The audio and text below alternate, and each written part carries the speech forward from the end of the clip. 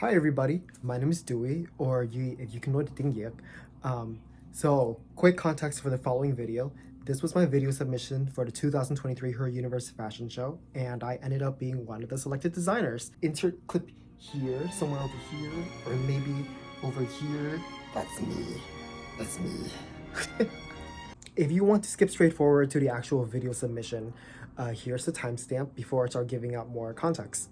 If you have any questions about the Her Universe Fashion Show experience or questions about my thought process on the design, comment below. Make sure you like and subscribe for future stuff. Stuff? From a pile of stuff. I submitted this video back in late April of 2023, and the show was in July, and the film that inspired my piece came out mid to late November. By the time of this recording, it's in theaters. It just came out. It's in theaters right now.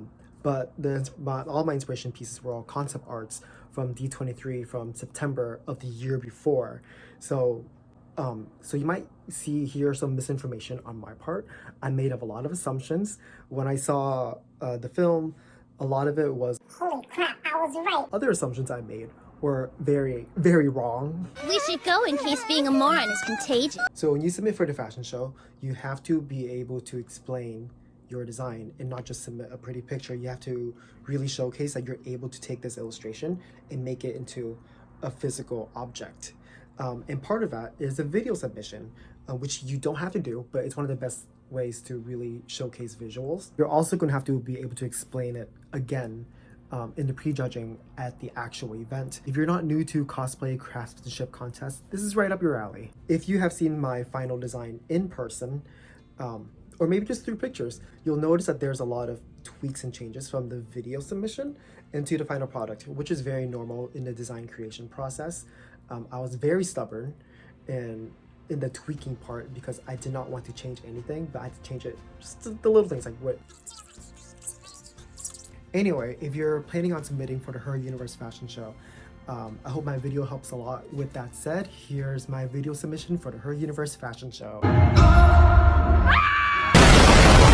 Hello, I'm Dewey Chong, and this is my submission for the Her Universe Fashion Show of 2023. One thing I've always wanted to be a part of is the Her Universe and take part in the show that my friends have been a part of all these years.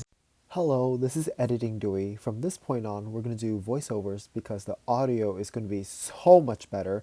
Anyway, let's go! This audio is so much better. Anyway, I've been sewing for over a decade. Most of it is focused on craftsmanship, design, storytelling, and incorporating cultures from around the world. Behind my huge love for the craft is the heavy impact of how much fashion affects absolutely everything I do.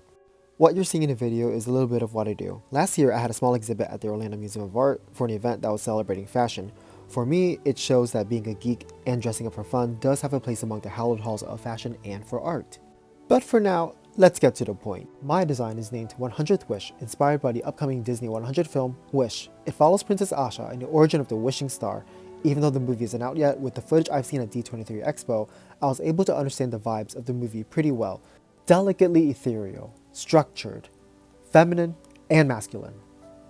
The design is in 4 pieces. The first look is a floor-length full-circle cape. The cape is made of a jacquard damask fabric that I'll dye into lavender.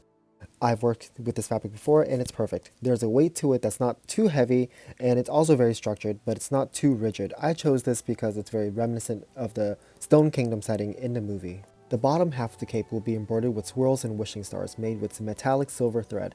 The embroidery will also include free hand embroidery. The choice of silver is to match the color scheme of the movie, but also silver complements purple tones. And there's going to be one singular gold star to represent the character named Star, because storytelling.